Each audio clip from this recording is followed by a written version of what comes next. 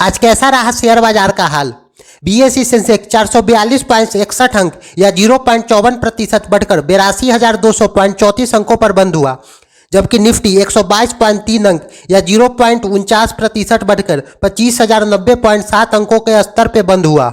सभी शेयरों में तेजी दिखाई दी। शेयर मार्केट में इन 3 वजहों से रही शानदार तेजी।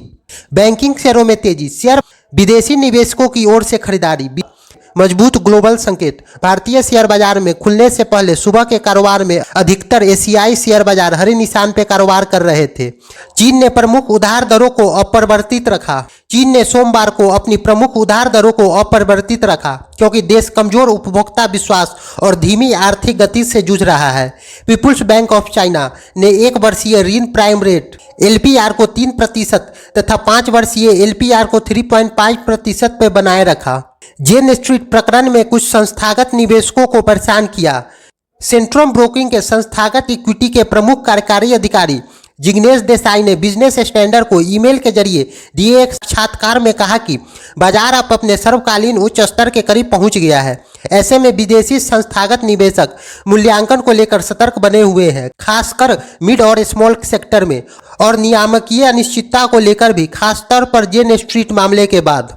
इंडियन होटल्स ने ग्रोथ के मामले में एक और तिमाही स्थिर वृद्धि देखी।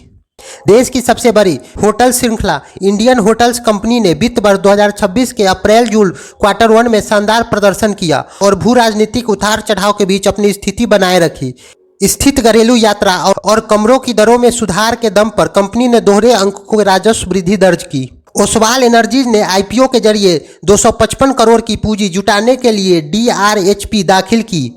ओसवाल एनर्जी ने आरंभिक सार्वजनिक पेशकश IPO लाने के लिए भारतीय प्रतिभूत एवं विनिमय बोर्ड सेबी के पास ड्राफ्ट रेड हेयरिंग प्रोस्पेक्टस दाखिल की। कंपनी एक नए निगम और बिक्री प्रस्ताव के संयोजक के माध्यम से पूंजी जुटाने की योजना बना रही है। कंपनी का लक्ष्य नए निगम के माध्यम से 250 करोड़ जुटाने का है, जबकि प्रवर्तक ₹10 प्रति शेयर अंकित मूल्य वाले 46 लाख इक्विटी शेयर बेचने का इरादा रखते हैं, जो कुल मिलाकर 4.6 करोड़ होंगे। सेबी ने जून में स्कोर्स प्लेटफॉर्म के जरिए 4,415 निवेशक शिकायतों का समाधान किया। सेबी ने जून महीने में अपने ऑनलाइन शिकायत निवारण मंच स्कोर्स के माध्यम से 4,415 शिकायत का निवारण किया। सेबी ने शुक्रवार को एक सार्वजनिक नोटिस में कहा कि नियामक ने जून में 4,959 नए शिकायत प्राप्त हुई और महीने के अंत तक कुल 5,107 शिकायत अनसुलझी रही, जो 31 मई तक लंबित 4,563 मामलों से थोड़ा अधिक है। स्कोर्स सेबी शिकायत निवारण प्रणाली एक ऑनलाइन प्लेटफॉर्म है जो निवेशकों को सूचीबद्ध कंपनियों और पंजीकृत माध्यमों के खिलाफ शिकायत दर्ज करने और उन पर नजर रखने की सुविधा प्रदान करता है। जापान चुनाव के बाद एशियाई बाजार एन स्थिर, टेक व्यापार पर ध्यान। पीएम मोदी इस सप्ताह ब्रिटेन यात्रा के दौरान मुफ्त व्यापार समझौते पर हस्ताक्षर कर सकते हैं। प्रधानमंत्री नरेंद्र मोदी की 22-24 जुलाई को यूनाइटेड किंगडम की 2 दिवसीय यात्रा द्विपक्षीय व्यापार बढ़ाने और गुरुवार को लंदन में भारत यूके मुफ्त व्यापार समझौते पर हस्ताक्षर करने पर केंद्रित होगा। ब्रिटेन से लौटने के समय प्रधानमंत्री मालदीव भी जाएंगे।